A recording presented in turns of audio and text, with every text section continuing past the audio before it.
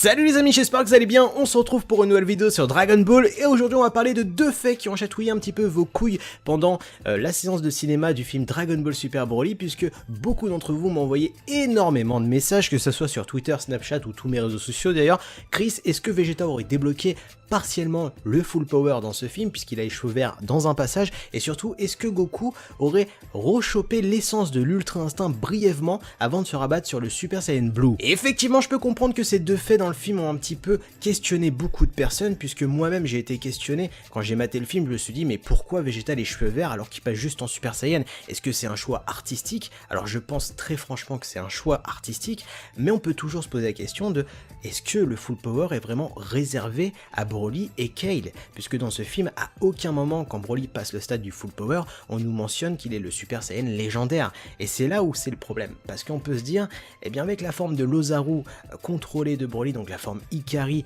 qui pourrait être canonisée et surtout amenée sur le personnage de Goku et Vegeta, est-ce que Goku et Vegeta ne pourraient pas débloquer par la suite eh bien le full power? Oui, parce que même si c'est pas dit clairement dans ce film, pour moi Broly contrôle plus ou moins son pouvoir d'Ozaru, puisque même s'il ne se transforme pas en Ozaru, il puise eh bien dans un pouvoir qui normalement est réservé quand tu te transformes en Ozaru, donc il y a un certain contrôle derrière. Reste à voir si Goku et Vegeta par la suite pourraient débloquer cette forme et ensuite eh bien peut-être puiser dans le full power. Parce que rappelez-vous d'une petite chose dans l'anime Dragon Ball Super, dans le tournoi du pouvoir, quand Vegeta voit Kale se transformer en Berserker ou full power, je sais pas comment tu l'appelles, eh bien Vegeta va dire une phrase eh bien qui ouvre une porte, c'est-à-dire est-ce que ça ne serait pas la vraie forme du Super Saiyan? Et là déjà beaucoup de personnes s'étaient questionnées en mode quoi, comment ça le Berserker, ses cheveux verts seraient la vraie forme du Super Saiyan? Est-ce que Vegeta depuis n'essaye pas de puiser à l'intérieur de lui pour choper ce pouvoir? Parce que même quand il passe en Super Saiyan God dans le film, eh bien il va avoir une aura verte qui va être autour de lui.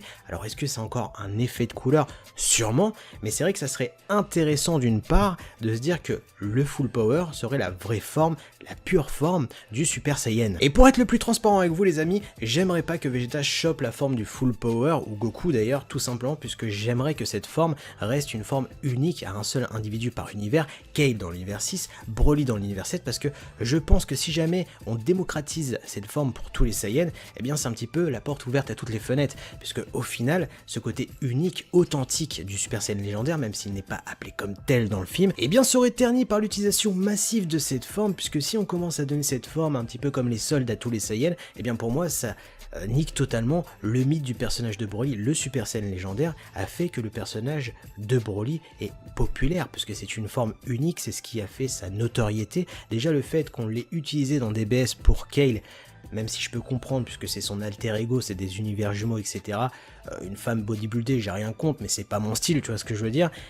J'accepte. Par contre, si on commence à donner cette forme à tout le monde, je dis non, parce que au final, ce côté unique, on l'a pu. Et actuellement, c'est le plus gros danger, parce qu'avec cette phrase que Vegeta dit dans le tournoi du pouvoir, comme quoi cette forme serait la vraie forme du Super Saiyan, qu'est-ce qu'on peut comprendre derrière? Eh bien, tout simplement que la forme Super Saiyan actuelle de Goku, Vegeta, Gohan, etc. est une forme alternative, n'est pas la forme pure du Super Saiyan, c'est un dérivé. Et c'est là où c'est dangereux, parce que en faisant cette colorimétrie dans ce film avec ce Vegeta avec des cheveux verts, ça laisse une porte à voir comment les fans réagissent par rapport à ça, et c'est là où ça peut être très dangereux. Pour moi, je veux que cette forme reste que à Broly et Kale. Après, je peux totalement comprendre que beaucoup d'entre vous seraient hypés par l'utilisation massive de cette forme en se disant vas-y, c'est pas grave, on s'en fout, tant que ça amène une nouvelle transformation à Goku et Vegeta, c'est ce qui nous importe. Pour ma part, non, je veux pas. Autant puiser dans le pouvoir de l'Ikari, donc cette forme que Broly a montrée dans ce film, j'aimerais qu'elle soit exploitée pour tous les Saiyans, puisque derrière,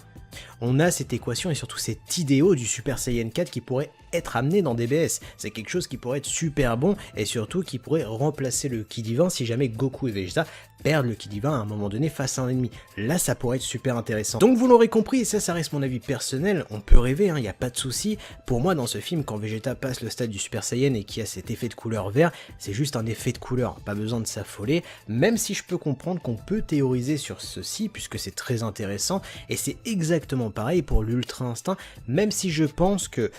pour cette transformation du Super Saiyan Blue de Goku, le fait qu'on ait un caméo de l'Ultra Instinct, eh bien c'était juste pour nous hyper, comme si Goku essayait de puiser en retrouvant l'Ultra Instinct, et qu'au final, eh bien il n'arrive pas à parvenir à l'Ultra Instinct et se rabat sur quelque chose qu'il connaît et qu'il maîtrise, le Super Saiyan Blue. Et encore une fois les amis, je vous autorise à rêver, puisque ce caméo de l'Ultra Instinct pour moi est juste une piqûre de rappel pour voir si la hype est forte sur cette transformation, sur cette forme de Goku qui a été utilisée dans le tournoi du pouvoir, parce que je pense que ceci a été fait exprès pour voir si les fans eh bien, pourraient avoir une deuxième dose de l'Ultra Instinct par la suite dans l'univers de Dragon Ball Super. Est-ce qu'ils ramènent cette forme ou la réutilisent à un moment donné face à un ennemi? Puisque je vous rappelle, pour moi, l'Ultra Instinct maîtrisé est la forme ultime dans Dragon Ball. Pour moi, il peut pas avoir au-dessus, puisque Goku a atteint le niveau des dieux, et quand je dis des dieux, les dieux de la destruction c'était levé pour le personnage de Goku quand il a eu l'Ultra Instinct maîtrisé. Donc pour moi, je pense que c'était juste un caméo pour nous faire rêver et surtout pour nous faire théoriser sur des trucs qui peut-être